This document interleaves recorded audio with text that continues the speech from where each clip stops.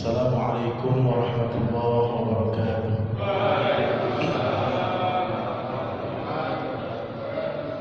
Ya Rabbi bil Mustafa balligh maqasidana waghfir lana ma madha ya wasi'al karami.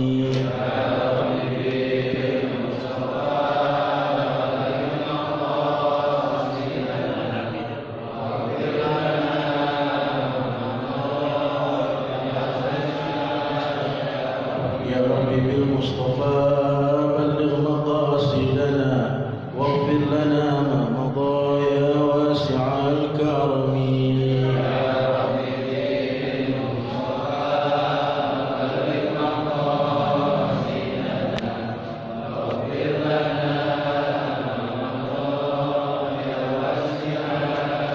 يا رب بالمصطفى بلغ مقاصدنا واغفر لنا ما مضى يا واسع الكرم.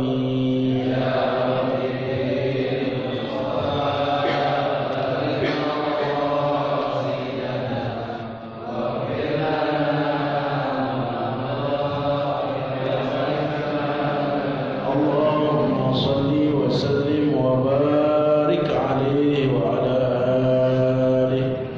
الفاتحة إلى حضرة النبي المصطفى محمد بن عبد الله رسول الله صلى الله عليه وسلم، ثم إلى أرواح أولياء الصالحين والعلماء العاملين وشيخنا في الدين خصوصا أهل التاريخ وما حواليها، ثم إلى الشيخ مهاجر رضا عمرو بن عيسى والأستاذ الأعظم الفقيه المقدم محمد بن علي البعلوي وجميع سادتنا آل أبي علوي باب الله الصالحين، ثم إلى أرواح والدينا ووالديكم خاصة وأموات المسلمين عامة بأن الله يتغشاهم بالرحمة والمغفرة ويسكنهم الجنة. Sebutin nama orang tua kita masing-masing. أن الله يغفر لهم ويرحمهم خصوصا مؤلف هذا الكتاب وشيخ أبو يحيى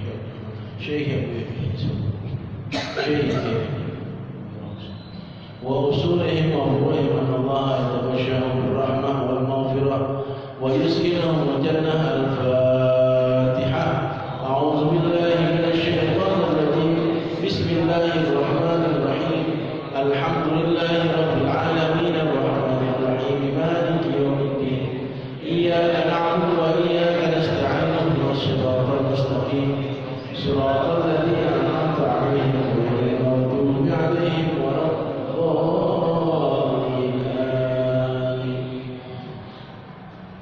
Alhamdulillah wassalatu wassalamu ala Rasulillah Sayyidina Muhammad bin Abdullah wa ala alihi wa sahbihi wa wala. La haula wa la quwwata illa billah, amma ba'du. Saya minta yang di ubin maju aja Pak, sini. Masih kosong di depan. Biar enggak dingin.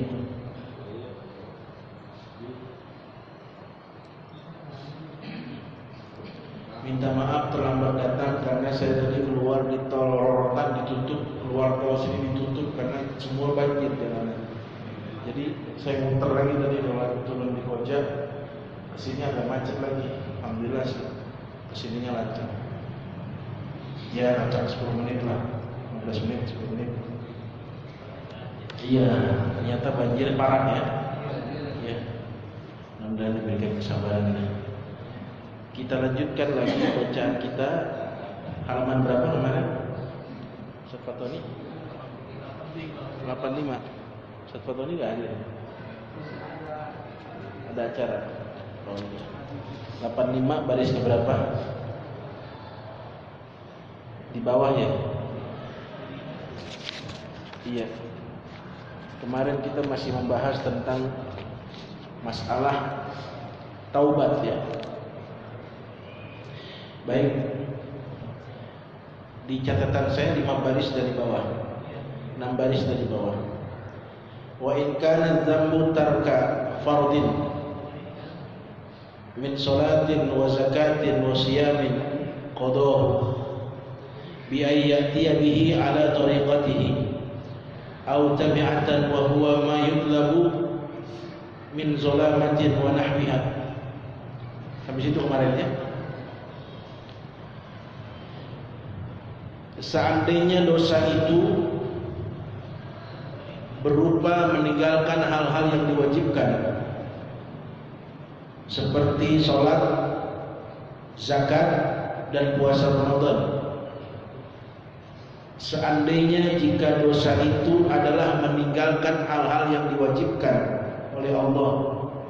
Apa itu yang diwajibkan? Seperti sholat, zakat, dan puasa Ramadan. Sholat 5 waktu maksudnya, ya? Iya, sholat 5 waktu. Kalau sholat sunat tidak diwajibkan.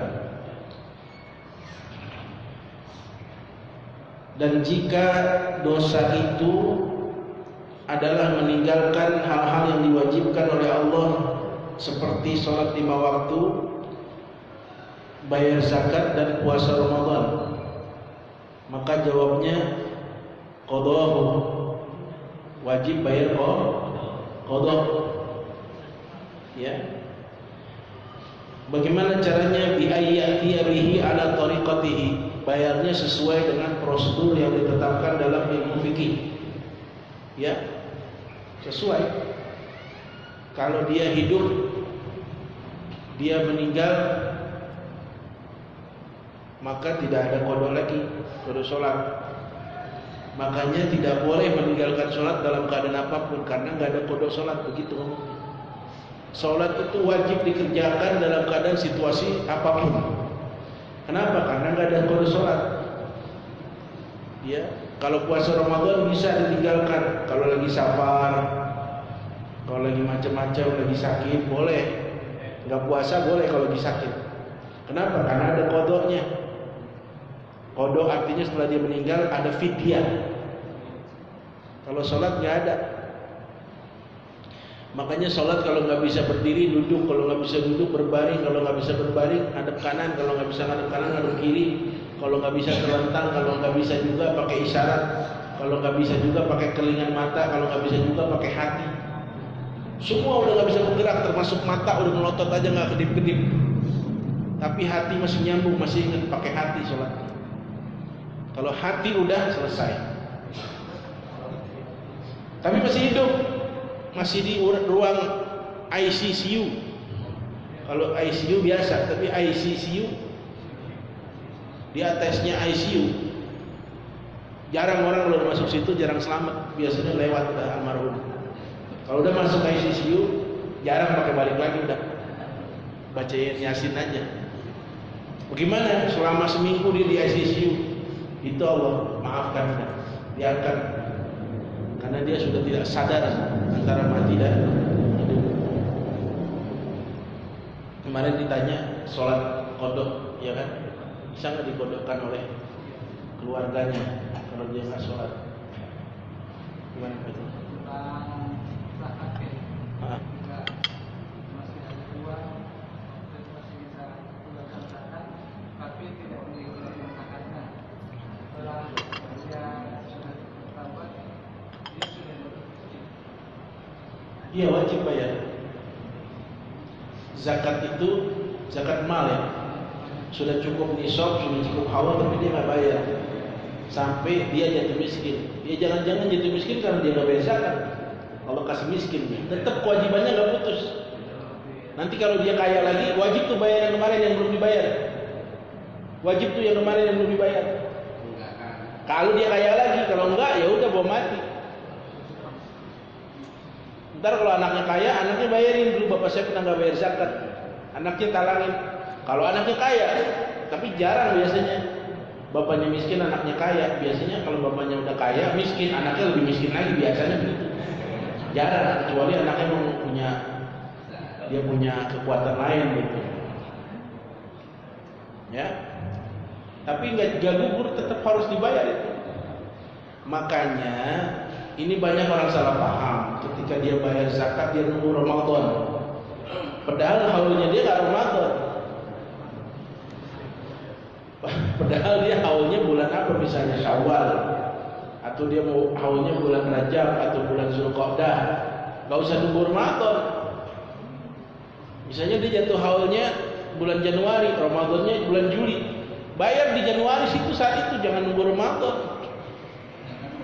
Karena Abdul katanya Ramadan berlipat-lipat, yaitu sedekah biasa aja. Kalau zakat harus dibayarkan segera, takutnya nggak ada umur.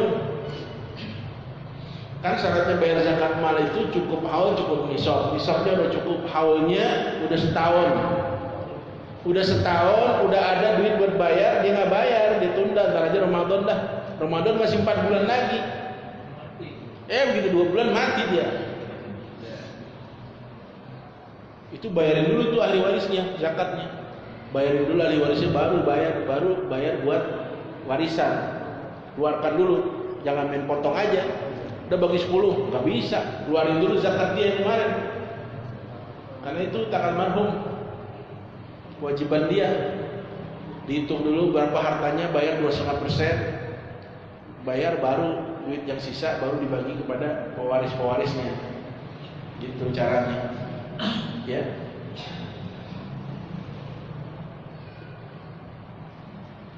Au tabi'atan, atau dosanya itu berupa sesuatu. Apa itu tabi'atan? Wa huwa ma yutlabu min zalamatin wa nahya. Tabi'atan itu adalah bentuk dosa yang ada kaitan dengan orang lain, berupa kezaliman kita atau sejenisnya. Jadi dosa berupa meninggalkan yang wajib, qada. Sekarang dosa berupa ada kaitan dengan orang lain, dosa kita yang berupa perbuatan zalim atau sejenisnya. Li adamiyin, kepada manusia lain, qadahu, maka bayar. Ai a'tahu iyahu, bayar kepada dia haknya. Kita dulu pernah berbuat zalim apa? Pernah ngambil duit, pernah ngerampas duit, bayar. Pernah pakai duit atau pernah ngerusakin barangnya, bayar. Au istardahu, atau minta ridho kepada dia. Ai talaba ridho min ghairi raddi haqqin alaihi. Kalau kita nggak mau bayar ganti rugi, kita minta ridho. Misalnya dulu kita pernah ada masalah sama orang, mobilnya kita rusakin. Kita mampu nggak bayar itu harga segitu 4 juta, misalnya mobilnya direparasi. Nggak sanggup bayar, ya minta ridho. Saya nggak bisa bayar, tolong ridhoin ya, maafin saya. Kalau yang punya ngeridoin, kalau enggak bayar 4 juta. Nggak habis di situ aja. Kalau nggak ridhoin, kita nggak bisa. Bagaimana caranya ngerayu dia? Datengin orang-orang yang punya pengaruh di kehidupan dia, orang tuanya, ustadznya, gurunya. Pak Ustadz tolongin, itu kan murid Pak Ustadz. Gimana ke caranya? Saya mau bayar, nggak ada duit. Tolong bilangin ridhoin aja gitu. Saya bener dah nyesel banget dah ngomong. Bagus kalau gurunya masih didengerin. Emang si Ano ada apa sama lo? Oh, dia kemarin rusakin mobil saya, Ustadz. Dari ridhoin aja dulu segituan, ntar lu dapat kontribusi. Dia pikir benar juga, Ustadz. Ya udah, saya ridhoin aja, Ustadz. Bisa begitu, bisa. Harus ada usaha. Caranya begitu. Kagak, aku nggak maafin lu ganti dulu tuh 4 juta. Kita jangan putus asa. Siapa nih orang yang disegenin dia? Abangnya, ustadznya, kiainya, datengin. Siapa itu ya? Saya pernah punya kesangkutan sama murid kiai. Saya udah minta ridho. Saya suruh ganti juga. Duit kagak sih, utang saya banyak. Tolong dong kiai, bilangin sama dia, ridhoin aja. Bisa begitu. Ya, yang penting dapat ridho. Caranya bagaimana kek? Ya. Kalau ternyata berhasil diridhoin, jangan lupa jasa kiai gitu. Masa rokok-rokok acan nggak keluar ya? Misalnya, kan nggak ngeluarin 4 juta. Iya, daripada 4 juta bayar. Karena orang pada nggak mikir sih. Ulama itu yang didengar omongannya, pengaruhnya itu yang didengar. Dia mungkin nggak punya duit ulama, tapi dia punya ucapan tuh pengaruh besar. Ya. Terus, au istardahu, atau minta ridho, au talab ridho min ghairi raddi haqqin alaihi. Selain dia minta, kalau nggak bayar haknya, maka minta ridho. Supaya apa? Supaya nggak ada tuntutan di akhirat, nanti nggak ada tuntutan. Makanya selesaikan urusan dunia, selesaikan di dunia. Jangan sampai kebawa mati, repot. Ya.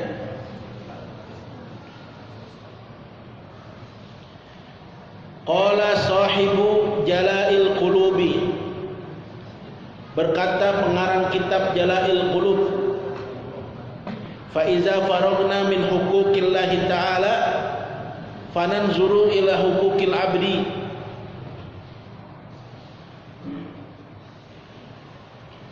Kata pengarang kitab Jala'il Qulub, hati yang suci, apa kata beliau? Kalau kami setelah selesai melaksanakan menunaikan hak-haknya Allah, maka kemudian kami melihat dan memperhatikan apa hak-hak manusia lain yang belum kami selesaikan. Jadi setelah urusan dengan Allah beres, urusan sama manusia beresin.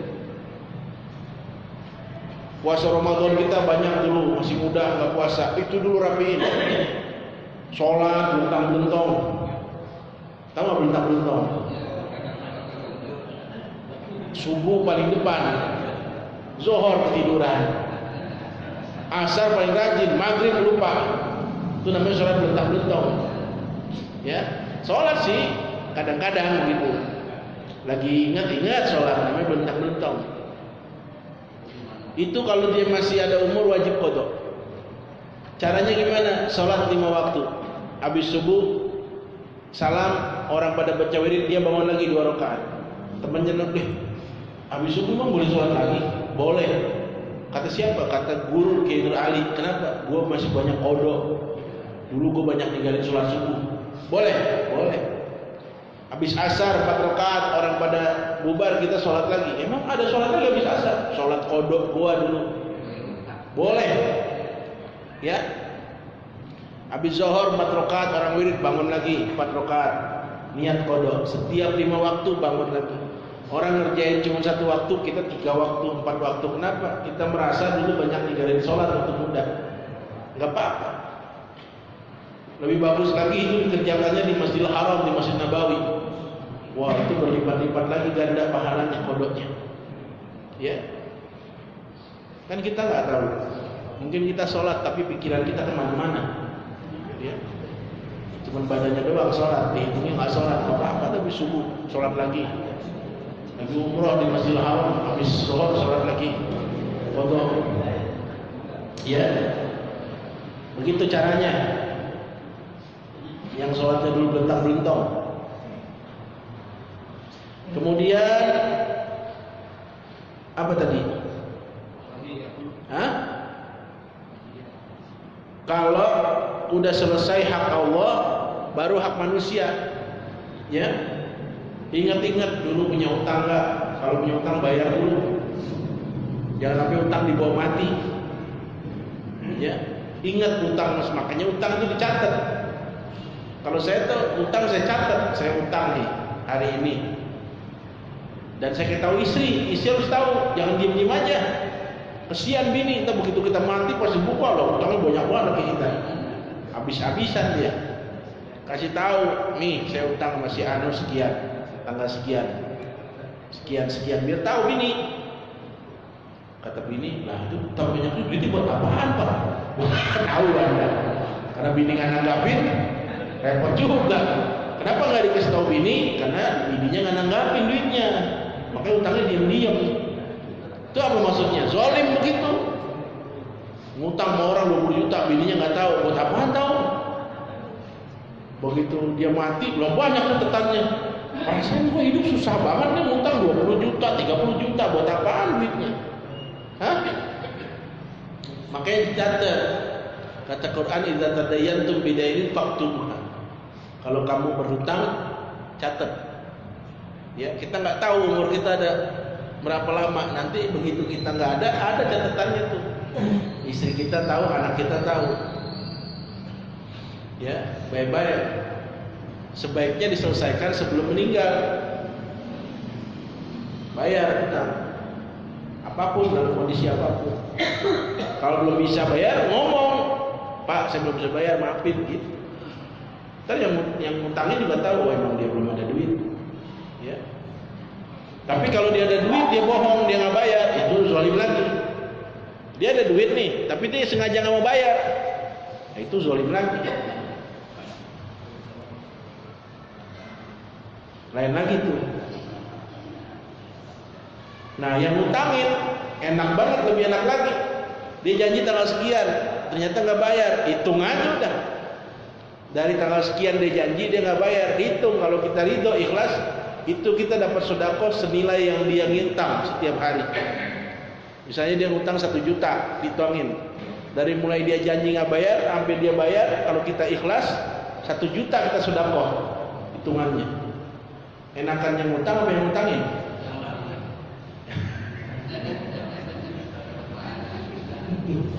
Iya. Nanti begitu dia bayar 1 juta lah, duit kembali, pahala dapat. Misalnya dia mundur 1 bulan, hitung aja 1 bulan, 30 hari kali 1 juta, 30 juta itu namanya sedekah. Itu bukan kata saya, kata Allah dalam firman-Nya, Al-Qur'an. Ya. Sama zalim sama orang juga begitu, minta maaf buru-buru sebelum meninggal. Dulu kita mungkin pernah nipu, mungkin pernah jahat sama dia, pernah memfitnah dia, minta maaf. Buru-buru samperin. Ada apa nih? Mohon maaf nih, dulu tahun sekian antum tahu nggak waktu peristiwa itu? Iya, saya dulu pernah jelek-jelekin ente tuh. Ngaku aja. Oh, ente yang fitnah anda, ya maafin dah. Namanya dulu kita belum kenal kan. Gitu ngomong aja belak-belakan. Nanti ridoin, minta ridho. Berhadapan. Biar nggak ada masalah lagi. Kita benci sama orang tanpa alasan, minta maaf. Pernah hasad, pernah sentimen, pernah berbuat jahat, pernah memfitnah, pernah menggibah, itu kan dosa-dosa semua. Ya.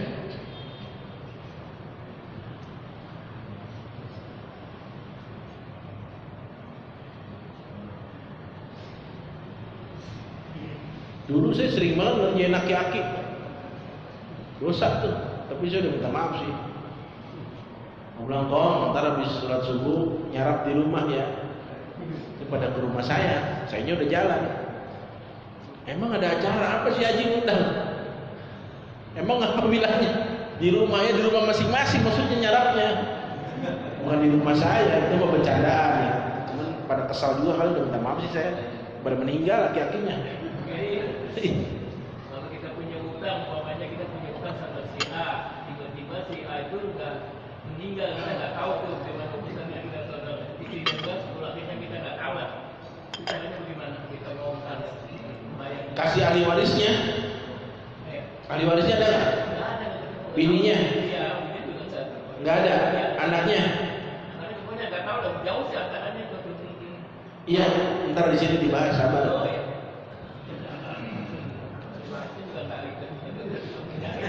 Tar dulu sini kita dibahas, ngepot aja sih. Ya. Jadi hebatnya ulama tuh ya. Apa yang ada di otak kita udah dikasih solusinya. Tadi kan saya sempat baca di mobil nih. Tadi Pak Haji nanya, udah ada jawaban di sini, tenang aja. Iya. Iya.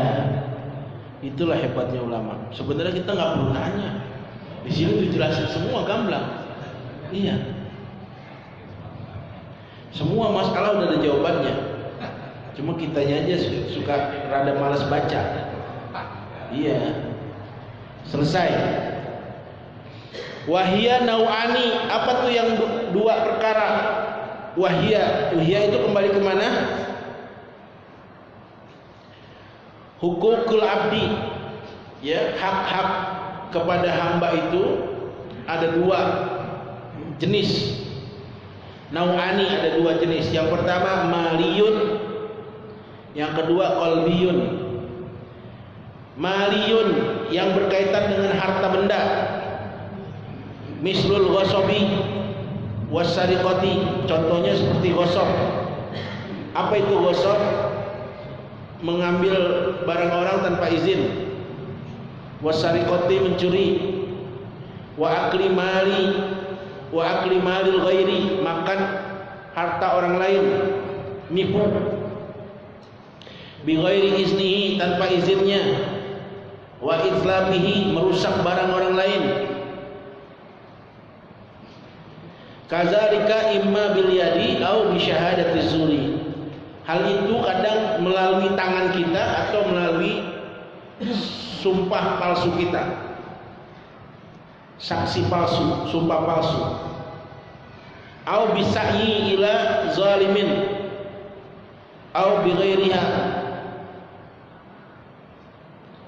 Fama alimna minha malikuhu. Nah, sebentar sampai di situ.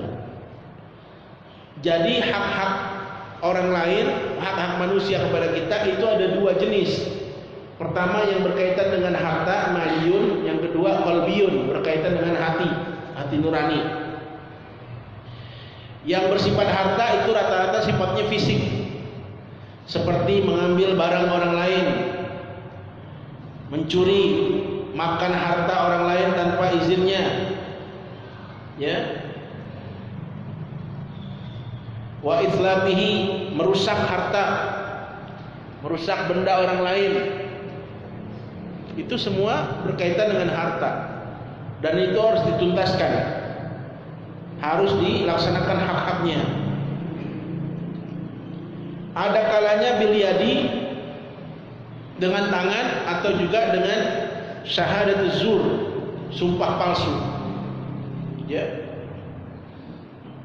Kita ngomong berbohong supaya orang itu hancur. Wah, memang dia, saya tahu, memang dia itu dagangnya nggak benar, suka nipu. Padahal nggak nipu nih orang. Kita bilang sama masyarakat dia suka nipu, akhirnya orang nggak ada yang belanja lagi sama dia. Nah itu wajib ganti tuh. Harusnya omset dia 1 bulan itu sekian juta, gara-gara kita ngomong begitu anjlok sekian persen. Jangan main-main. Padahal ini orang nggak nipu, kita bilang nipu. Syahadatuz zur, saksi, sumpah palsu. Kita bohong. Benar Pak? Wah, saya tahu, saya berapa kali belanja situ. Wah, kagak benar. Orang akhirnya nggak belanja situ. Dia belanja situ sama aja noh. Kenapa? Curang dia, timbangannya ini. Gara-gara nih orang ngomong begini nih, dia dagangannya nggak laku, turun omsetnya sekian persen. Itu berapa tuh ganti tuh? Selama dia belum cabut ucapannya, berapa bulan tuh orang nggak belanja situ? Nah ini termasuk urusan maliyah, berkaitan dengan harta benda. Jangan main-main. Ini kita nggak tahu apa-apa, orang ngomong gitu. Emang sih katanya dia rame terus dagangannya. Jangan-jangan merah tuyul juga kali dia. Kita tahu kagak mau nyamber-nyamber omongan. Omongan kita sama memperkuat omongan yang tadi itu. Perasaannya kita mau belanja di warung dia mulu kayaknya. Udah warung kan banyak gitu. Wah emang dia miara jin. Tuh omongan-omongan begitu tuh bahaya. Kita nggak tahu urusan. Jadi fitnah. Sama tuh qaulaz zur, syahadatuz zur. Akhirnya nih dagang hancur. Nauzubillah sampai bangkrut, dia kesian. Padahal ini orang dagang jujur. Berat. Kita nggak terasa. Ya, banyak contohnya. Belum lagi kita rusak barangnya. Ya. Macam-macam dah kejahatan sekarang mah. Penipuan. Kita makan harta orang tanpa izinnya. Bagaimana contohnya? Banyak.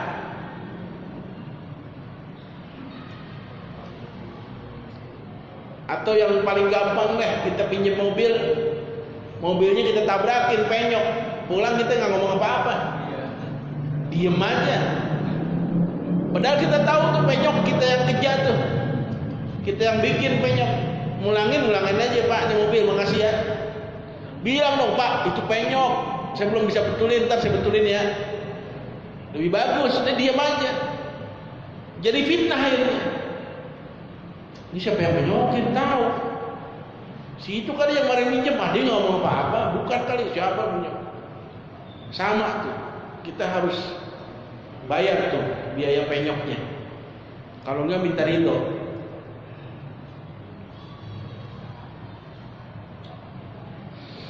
Apalagi kita pernah curi, barangnya. Kita pernah bohongin dia.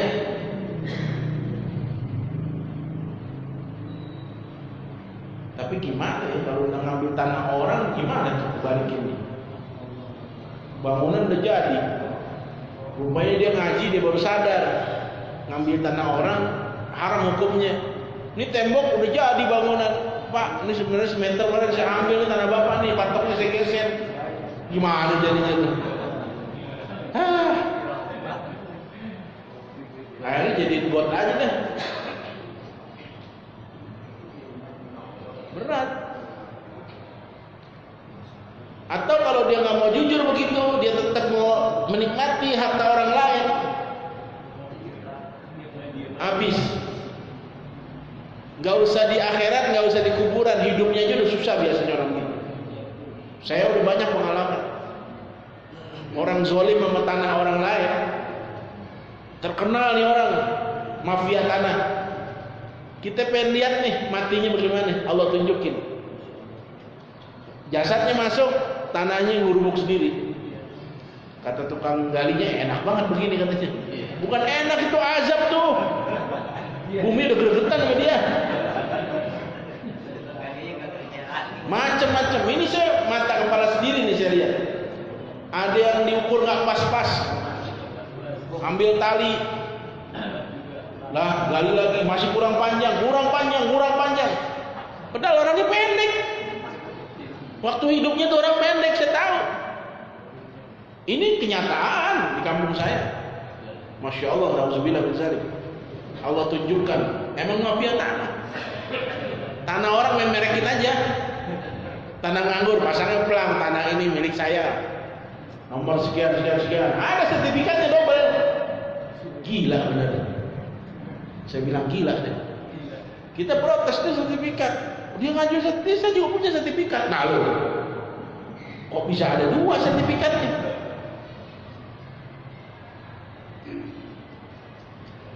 Baik-baik, ngeri. Jangan dah. Caranya gimana? Udah jangan iri sama orang. Harta kita segini, udah nikmatin aja. Nggak usah pengen ini, pengen itu. Akhirnya jadi begitu kan. Tanah orang main aku-akuin aja. Kalau buat bercandaan aja nggak apa-apa. Tong, ntar tuh tanah yang semua jangan lo jual lo dari tiang listrik pos satpam. Nggak apa-apa. Bikin masjid jangan, bangun kontrakan jangan. Emang nggak apa-apa? Tanah orang. Iya. Kalau dituntut sama orang ini, jangan dijual, emang tanah orang. Buat bercandaan boleh. Ya. Udah selesai. Nah sekarang au bisa'i, ya, au bisa'i dengan usaha ila zalimin kepada orang yang zalim, au ghairiha, fama alimna minha malikahu fanastahilluhu, ya, atau dengan usaha kepada orang yang berbuat zalim atau kepada orang lain, tetapi kita nggak tahu kalau dia berbuat zalim. Wa ma alimna, kita nggak tahu nih dia berbuat zalim.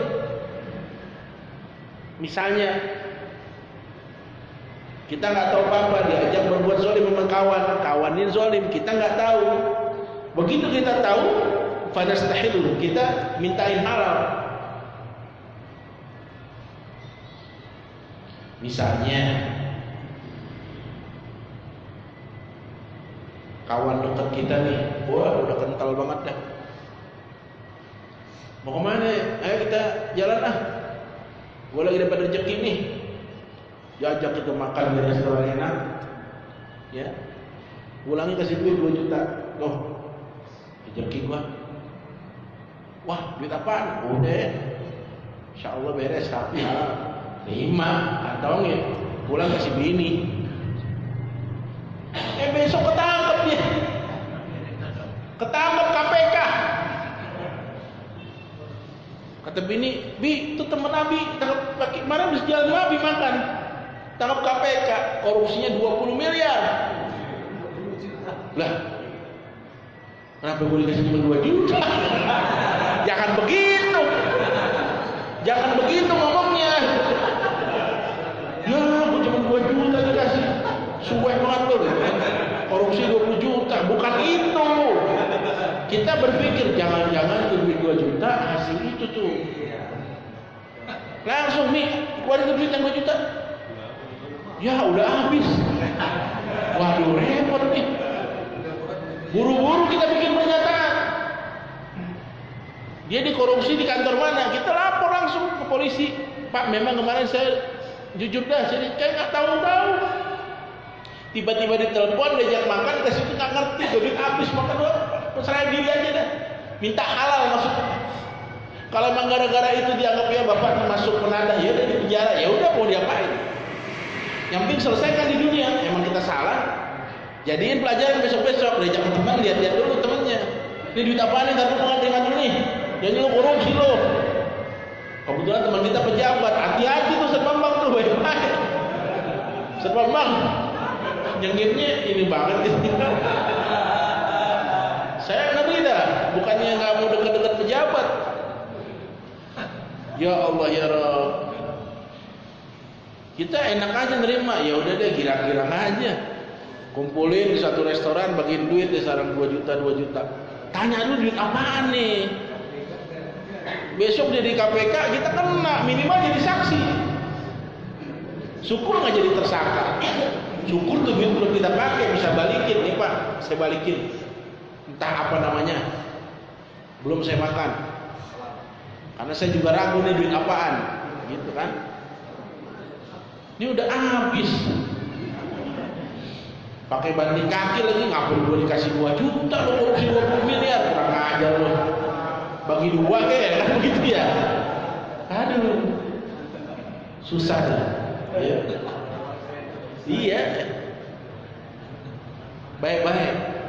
Itu kita pergaulan baik-baik. Kita nggak tahu fama alimna minha. Kita nggak tahu. Nah, ini juga kaitannya dengan cerita dulu Imam Syafi'i. Waktu dia ngambil apel yang ada di pinggir kali, dia makan. Dia lapar, dia makan. Trep. Sampai habis, kenyang perutnya. Besok giran dia mau mutolaah, gelap. Lah, apalan hilang semua. Apa-apaan nih? Jangan-jangan makan apel. Akhirnya dia tusurin pagi-pagi. Jalan pinggir kali, pasti nih apel nganyut nih. Pasti di pinggir kali ini ada pohon apel. Bener ada pohon apel, jauh berapa kilo. Jorok tuh. Jorok ke sungai. Mungkin jatuh ini kali ditemuin. Pak, siapa yang punya pohon apel? Lu ada di sana rumahnya. Bapak yang punya pohon apel pinggir kali, iya. Kenapa? Saya minta ridho. Kenapa emang? Kemarin saya makan apel. Di mana makan? Di sana udah jauh. Kayaknya itu apel bapak tuh yang bawa air. Kenapa emang? Sebab sudah habis makan apel, saya nggak bisa apal. Apalan saya hilang semua. Perlunya tuh minta halal. Dia nggak tahu nih pemiliknya siapa, dicari. Orang dulu begitu. Kalau kita ada yang punya, kita embat. Beda kualitas. Ini yang punya nih, dia mulai embat aja udah. Kapan lagi? Bahasanya sih nyobain, ini nyobain sekilo. Beda. Ada lagi Abdullah bin Mubarak. Abdullah bin Mubarak tuh wali, bapaknya tuh Syekh Mubarak. Dia bisa melahirkan seorang wali karena dia orangnya apik nih. Mubarak ini orangnya apik. Ceritanya dia dulu dia menjaga kebun korma, merawat kebun korma seorang juragan di tanah Arab. Ini bapaknya Abdullah bin Mubarak. Ini juragan kesel, lu bagaimana sih? Kan lu suruh rawatin. Tapi kenapa kok berapa kali panen hasilnya asam semua? Oh saya nggak tahu. Bagaimana nggak tahu? Iya. Ternyata emang dia nggak pernah makan korma itu. Makanya dia nggak pernah tahu nih korma manis apa enggak. Dia nggak tahu kenapa. Segitu banyaknya korma, satu dia nggak pernah makan. Kenapa? Dia cuma ngerawatin, nggak ada hak makan. Jadi kamu nggak pernah makan, nggak pernah. Luar biasa. Padahal mau dimakan atur, siapa yang tahu? Dan pasti itu memiliki itu orang yang rawatin. Ada yang begitu tuh. Dia apiknya begitu. Makanya begitu lahir anaknya jadi wali. Kenapa? Bapaknya apik. Jangan barang yang haram, yang subhat aja nggak masuk. Korma, pohon korma ribuan hektar, dia suruh ngerawatin. Satu dia nggak makan korma. Makanya bosnya marah-marah, kamu gimana sih kok nggak tahu korma asem? Emang saya nggak pernah makan. Kali nyobain atuh, tahu nih asem korma enggak? Ya, bisa nih. Sampai sini ya. Sampai sini ya. Iya. Saya minta maaf datang terlambat dan minta maaf juga pulangnya duluan. Ya.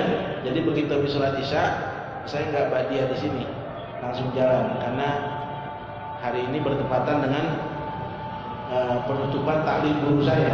Biasanya saya liburin ya, saya nggak apa-apa deh, saya masuk aja. Mudah-mudahan keburu acara kesono.